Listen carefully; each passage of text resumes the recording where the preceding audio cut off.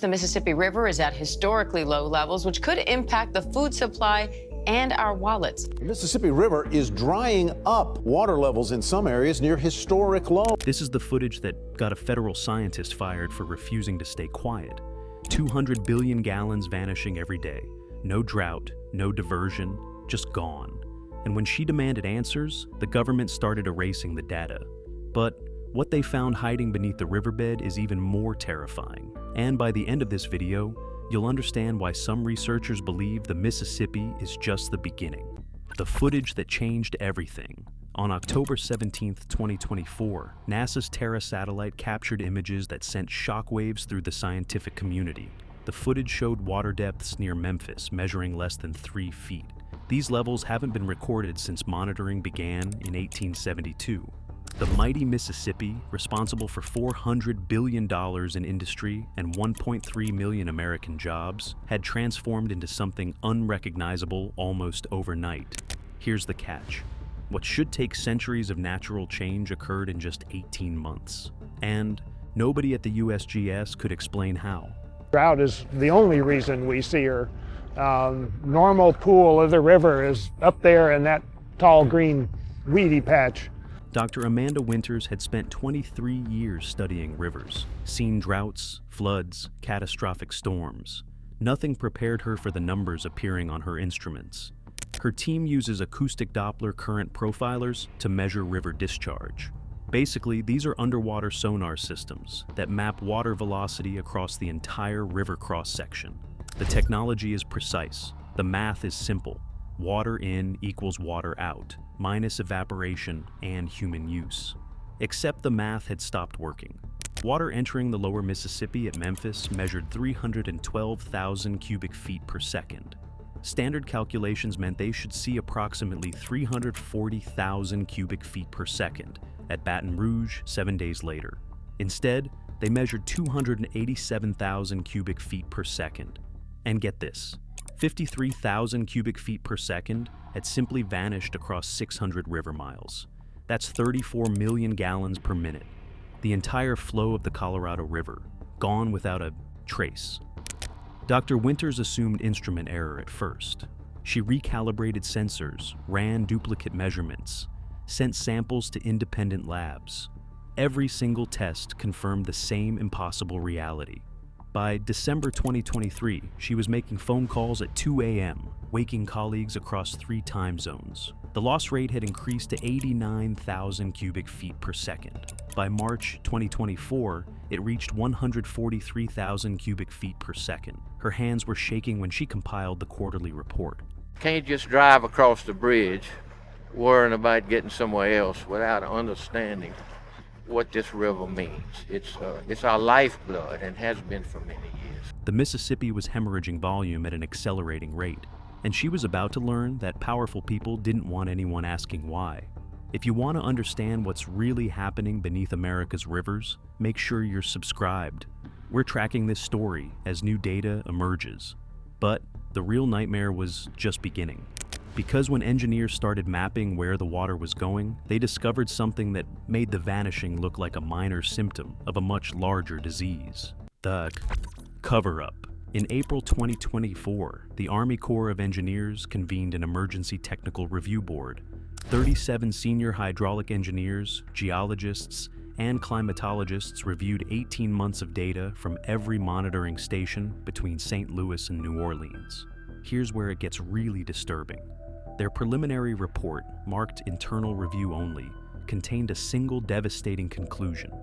Observed losses exceed all documented natural variability, and known anthropogenic withdrawals by a factor of 6.7. No existing hydrological framework explains the recorded deficit. Basically, they had no idea what was happening, and that terrified them. That report was never released to the public.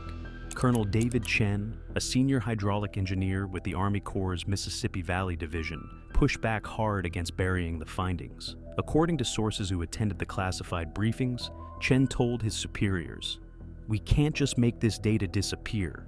8 million. People drink from these aquifers. They deserve to know." 3 weeks later, Chen was quietly reassigned to a desk position in Omaha. And the Army Corps announced routine maintenance protocols at 11 monitoring stations, suspending publication of real-time discharge data, something that hadn't occurred since 1928. But here's the deal. You can't suppress data forever, scientists talk. And Dr. Winters refused to stay quiet. If these numbers are real, she told a closed-door symposium at Tulane University, every textbook on North American hydrology needs revision. That statement cost her. Within months, her department's federal funding was restructured. She was removed from the Mississippi Monitoring Project she'd led for 15 years. But by then, other researchers had seen the data. The secret was out. It's not that simple, though, because knowing something is wrong and understanding why are two very different things. Teams scrambled for explanations that fit the evidence. They examined agricultural extraction first. The Mississippi River Basin supports $60 billion in annual agricultural production, but total documented withdrawal for 2023 was 8.2 billion gallons per day.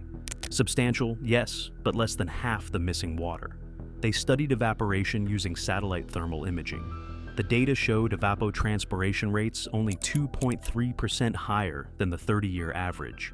That should remove an additional 4,000 cubic feet per second, not 143,000. Every theory came up devastatingly short, until someone finally looked 60 feet beneath the riverbed. And what they found there made everyone realize this was no accident.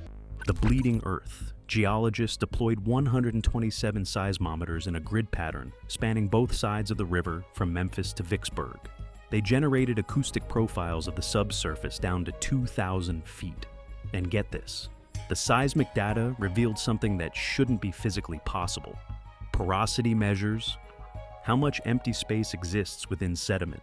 Think of it like how much air is trapped in a sponge. Typical alluvial deposits beneath the Mississippi show 28 to 33% porosity. The 2024 survey recorded values of 41 to 47%. The sediments were becoming sponge-like. The riverbed itself had transformed into a giant drain. Dr. Michael Reeves, a sedimentologist at Mississippi State, described the finding with barely concealed alarm. We're observing a structural reorganization of the bed material. It's as if the river is excavating itself from within. Here's the catch. Porosity alone doesn't make water disappear. Something had to be pulling water downward as fast as the river could feed it. The Memphis Sand Aquifer and the Mississippi River Valley Alluvial Aquifer together provide drinking water for 8 million people. Both aquifers have experienced declining water tables since the 1960s. Water tables in 2024 average 23 feet lower than 1990 levels. That declining? Gradient creates suction. Basically, the underground system is so depleted it's pulling water down like a vacuum. The river, encountering sediments with increased porosity, and an aquifer with reduced pressure, begins recharging the underground system at catastrophic rates. The Mississippi wasn't drying up from lack of rainfall. It was hemorrhaging into its own aquifer, bleeding to death from wounds we created without realizing it. And that's putting it lightly, but some researchers are quietly asking an even more disturbing question. One theory that keeps surfacing in closed-door meetings involves unmapped cavern systems from the last ice age. Geological surveys from the 1950s documented limestone formations beneath the alluvial layer that were never fully explored. Some geologists now speculate the aquifer connects to these ancient void spaces, and the water isn't just being absorbed. It's draining into a subterranean network we didn't know existed. If that's true, the water may never return to the surface, ever. But the consequences were already arriving, and for tens of thousands of Americans, the nightmare had become deeply personal. The price we're already paying. The dams, the levees, the channel stabilization. Every well drilled to support farms and cities across 7 states. Here's where it gets really disturbing. These 10,000 small decisions had collectively rewired the fundamental relationship between surface water and groundwater across the entire Mississippi basin. We didn't break the river through one catastrophic mistake. We did it through decades of interventions, each seeming reasonable, none accounting for cumulative effect. The Army Corps tried emergency interventions. Increased upstream dam releases produced temporary improvements near Memphis. But the water didn't reach New Orleans. The enhanced flow simply accelerated recharge through the high porosity riverbed sediments. They were pouring water, into a drain that grew wider the more they fed it. By February 2025, discharge at Tarbert Landing had declined to 214,000 cubic feet per second, the lowest measurement since records began. Engineers call what's happening storage deadlock. Water exists in the system but occupies space where it cannot be utilized. It's trapped in underground deposits that may not release it for centuries. And for Louisiana coastal communities, reduced discharge meant less fresh water, pushing against saltwater intrusion from the Gulf. The ocean was advancing inland. In January 2025, municipal water intakes for Bellechasse and Braithwaite recorded saltwater contamination.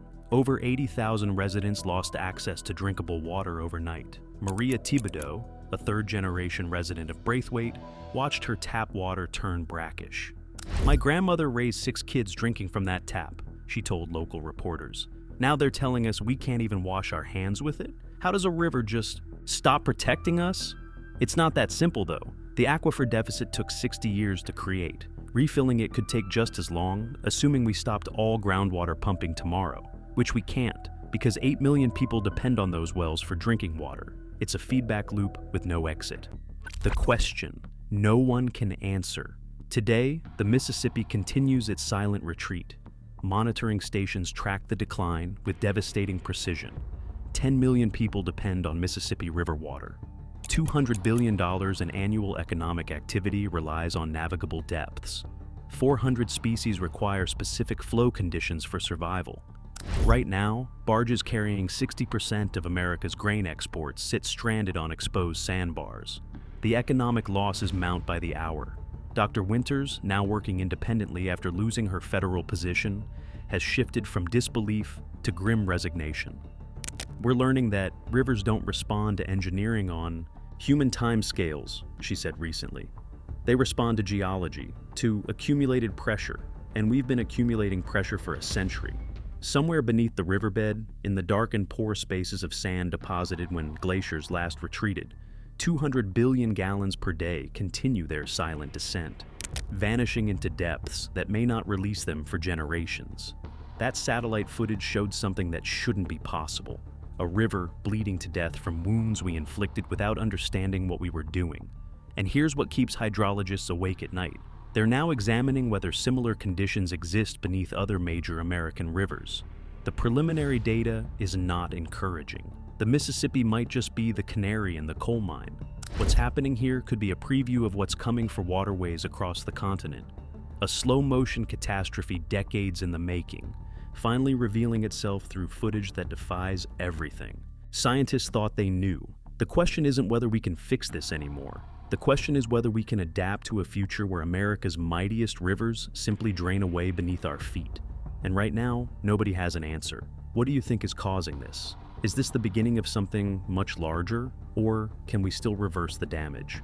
Drop your thoughts in the comments. And if you want more stories about the disasters hiding in plain sight, smash that subscribe button. We've got a lot more to uncover.